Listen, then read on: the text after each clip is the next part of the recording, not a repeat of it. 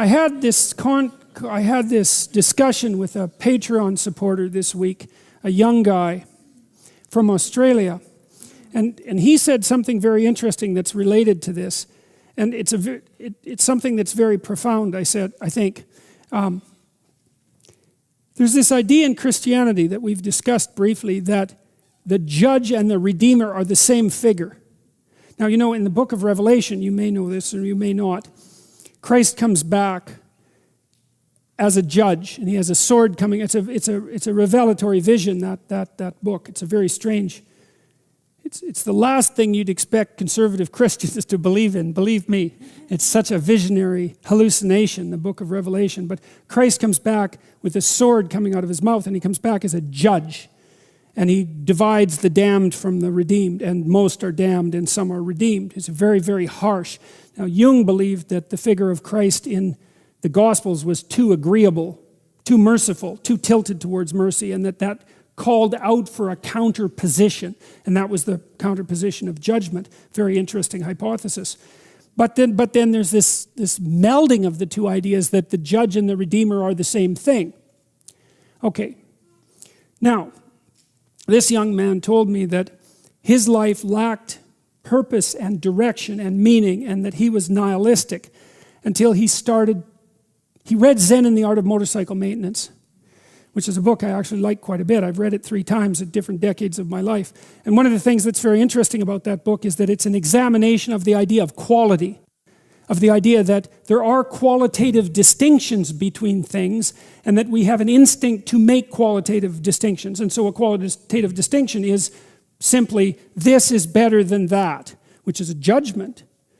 Okay, now what Ratzinger is hypothesizing is that the person in and of, you know how the modern idea is you're supposed to accept yourself. I think that's an insane idea, by the way. Really, I can't think of a more nihilistic idea than that you're already okay. It's like, no, you're not.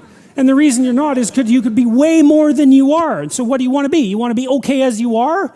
Or do you want to strive towards what's better? And this young man, this Australian, he said that the reason that Zen and the Art of Motorcycle Maintenance had such an impact on him was because he wasn't happy with his current mode of being, right? He didn't consider the manner in which he conducted himself sufficient. And the fact that the author of Zen, and it was Persig, laid out the notion that you could make qualitative distinctions, and there really was a difference between good things and bad things, or great things and evil things. It gives you direction. It gives you the possibility of moving upward. And Ratzinger is pointing out, at least to some degree, that human beings are insufficient in and of themselves and need the movement upward. And so they need to conceptualize something like the highest good, and then to strive for that. And the thing is that there isn't any difference between conceptualizing the good and being judged. Because if you're going to conceptualize the good and move towards it, what you have to do is separate from yourself all those things that aren't good and leave them behind. And that's why the Redeemer and the Judge are the same thing. And one of the things that's really appalling, I think, about our modern world is that we're rejecting the notion of qualitative distinctions. You say, well, we don't want to hurt anybody's feelings by saying that one thing is better than another. It's like, okay, fair enough. It's not fun to be cast off with the damned, that's for sure. But if people are, in fact, insufficient in their present condition, which seems to be the case, I mean, try finding someone who isn't, then if you deny the possibility of qualitative distinction because you want to promote a radical egalitarianism, then you remove the possibility of redemption because there's no movement towards the good. And it seems to me that it's a catastrophe to sacrifice the good for, well, it's a catastrophe to sacrifice the good for the equal. Because for us to be equal would mean, as far as I can tell, that we would all be equally unredeemed and miserable.